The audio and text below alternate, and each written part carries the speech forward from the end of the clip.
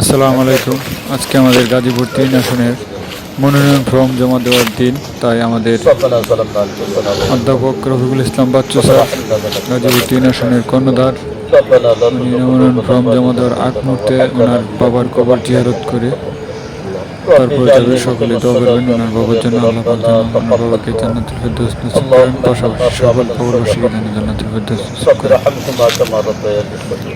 আমিন। রব্বুল আলামিন এখানে দরজাকে সম্মান করেছে, সমস্ত আমলের ভুল ত্রুটিগুলো মাফ করে দিন। ইয়া রাসূলুল্লাহ সোনার মদিনা রাসূল করিম সাল্লাল্লাহু আলাইহি ওয়াসাল্লামের পাক মধ্যে পৌঁছায়, তামাম মুমিন মুমিনাতের উপরে আর হাদিয়াটুকু পৌঁছায়। আল্লাহ খাস করে গুরুস্থানে যারা শহীদ তাদের বংশের আত্মীয় স্বজন ডাইনে বামে পিছনে যে যেখানে শহীদ আল্লাহ প্রত্যেকের উপরে হাদিয়াটুকু পৌঁছায়। আল্লাহ তাদের সকলকে মাফ করে জান্নাতুল ফেরদৌস নসিব করেন।